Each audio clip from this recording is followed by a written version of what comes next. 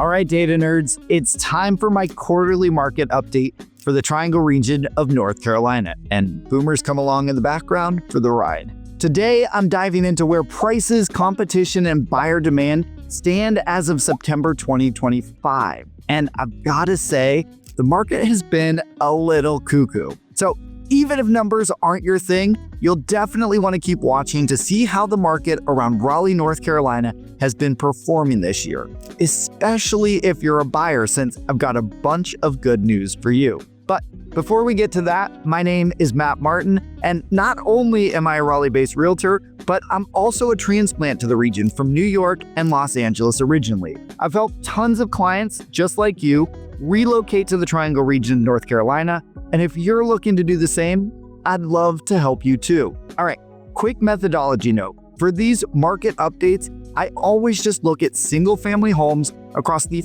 5 main counties of the Triangle region: Wake, Durham, Chatham, Orange, and Johnston. Now, I'd usually start these videos with where prices stand, since that's always what people are most curious about. But I'm actually going to save that until the end, and I'll explain why later. Instead, I'm going to start with the supply side of things. In other words, how many homes do we have for sale, since that's where we're seeing the most dramatic moves. And let's just start with the numbers. Q3 2025 saw over 7,000 new listings hit the market, and we ended the quarter with just shy of 9,000 active listings. This year marks the first time since interest rates started to skyrocket that we've actually seen year-over-year growth in new listings, which means that sellers are starting to finally put their homes on the market again. But we're still nowhere near pre-COVID days. In fact, our year-to-date new listings total just over 22,000, which is about 10% shy of the pre-COVID average at this time of year of almost 25,000. So yes, we're seeing way more sellers list than in the previous few years, but we've got a ways to go before we reach the type of inventory levels we saw before COVID. Now, we typically see new listings spike in the spring and early summer, then they start to taper off in Q3, and that's exactly what happened this year. We saw 19% fewer listings this quarter versus last, but that's right in line with how the third quarter would perform in the years leading up to COVID. So I'd say we're operating pretty in line with pre-COVID seasonal averages, which is great news since the last few years have been anything but average, and it's made it really hard to predict market activity. So it's a win for buyers that sellers are listing again, and with nearly 9,000 active listings as of the end of Q3, it means that buyers have a lot of options out there. In fact, this is the highest active inventory number we've seen since June of 2020, though it's still way below pre-COVID averages that usually hovered around 12,000. So why is active inventory surging? To answer that, let's jump into talking about demand, or in other words, are buyers buying? And one of the best ways of determining demand is by looking at total closed sales. So far in 2025, we've had over 15,000 closings, which is up 2.8% year over year. But remember, we've had over 22,000 new listings hit the market, which is up 14% year over year. So new listings are far outpacing closing, which explains why inventory is piling up. Now, here's where September's data may be showing signs of what's to come. Q3 of 2025 saw 5,500 closings, which was actually up 10.5% as compared to Q3 of last year, which is much stronger than the year overall. So does this mean that buyers were just slower moving at the start of the year and are now warming up to the idea of buying?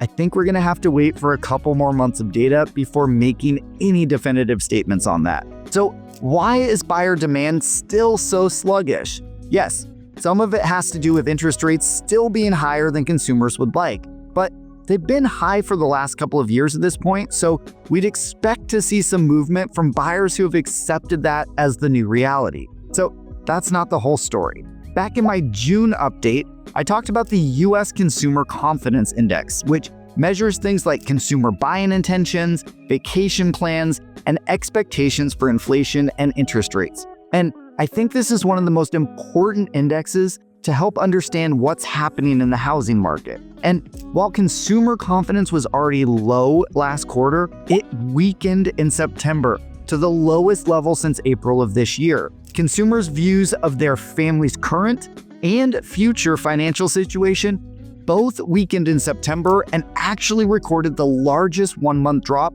since the index started collecting this data in July of 2022. So yeah, buyers are just way more hesitant about their financial security right now, and that perfectly aligns with the slowdown in activity we've seen. But it's not all doom and gloom. That same consumer confidence index showed that people's purchasing plans for homes jumped to a 4-month high, which aligns with what I was saying earlier about us seeing a jump in demand during this past quarter. So again, this may be a sign that demand is picking up, but we'll know more over the next few quarters. Okay, so inventory is way up and buyers aren't chomping at the bit to pull the trigger on buying.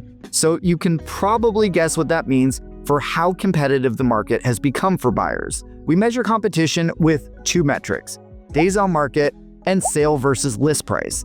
In other words, how long are properties sitting before going under contract, and how much are they selling for versus their asking price? In Q3 of 2025, days on market skyrocketed to 24 days, up from just 13 days last quarter. Now, I say skyrocketed in quotes because properties are still selling in less than a month on average, so we're nowhere near the pre-COVID days of 2+ months on the market.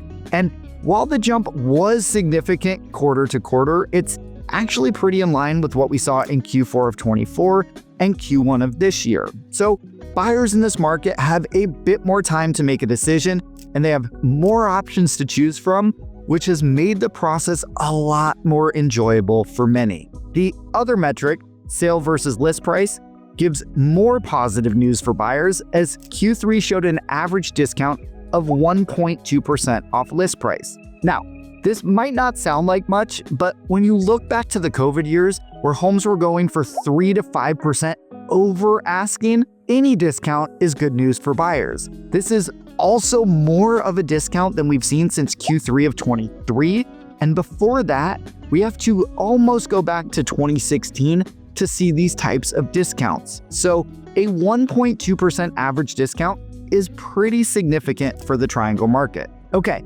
so inventory is up, buyer demand isn't keeping up, and we're seeing more discounts than we've seen in years. That must mean that prices are coming down, right? Actually, no. And this is why I saved median price until the end of the video, since it's the head scratcher of the equation. The median single-family home price across the triangle as of Q3 25 was $507,000, which is up 1.6% year over year from $499,000. And here's another one that'll make you go, Historically, prices spike in June and then trickle down from there. So we'll see a drop in Q3. And while that did happen this year, they only came down 0.5% as compared to pre-COVID averages of nearly 2%. So not only are prices up year over year, but they also didn't drop from quarter to quarter as much as they usually do. So why are prices staying stubbornly high despite the other metrics we've discussed? Well, I have two theories. The first is that sellers just aren't fully aligned with the reality of the market yet. So while they are being a bit more conservative with their pricing, they aren't necessarily adjusting down to a level that would activate the large pool of buyers sitting on the sidelines. And that explains why prices haven't moved much, and also why homes are sitting for longer and sellers are needing to give larger discounts. Then the other piece of this puzzle is that seller-paid concessions are going up. So instead of buyers just negotiating the sales price down, they're also asking for sellers to contribute more towards their closing costs to help alleviate some of the financial burden. I've actually been doing this a lot with my buyers recently. Maybe we don't ask for a huge discount off the asking price, but we do ask for thousands of dollars in closing cost concessions to help pay for those new floors they want or to paint after they move in. I took a look at the data to confirm this suspicion of mine, and concessions have jumped nearly 30% since last year, up from an average of $4,200 in the first 3 quarters of 2024 to over $5,400 so far this year.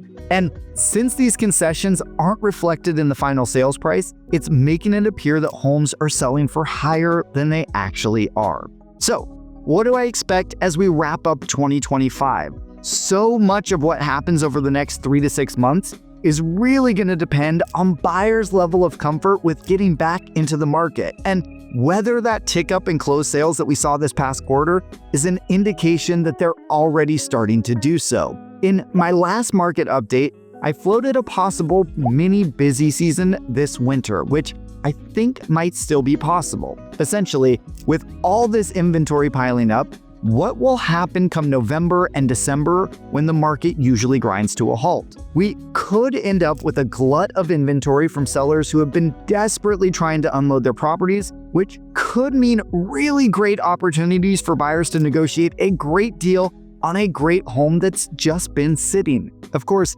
time will tell, but this is definitely something that's staying on my radar. So that's your market update for September of 2025. What stood out to you the most? Let me know in the comments below. And if you're ready to take advantage of more inventory and reduce competition and want to kick off your home hunt here in the Triangle region of North Carolina, I'd love to be your guide. You can reach me by phone, email, or text, and you can find all my contact information in the link below or by scanning this QR code right here with your phone. And if you liked this video, I have a whole catalog of others all about moving to, living in, and buying real estate in and around Raleigh, North Carolina. Here's another one here that you may like, so give it a click to keep on watching.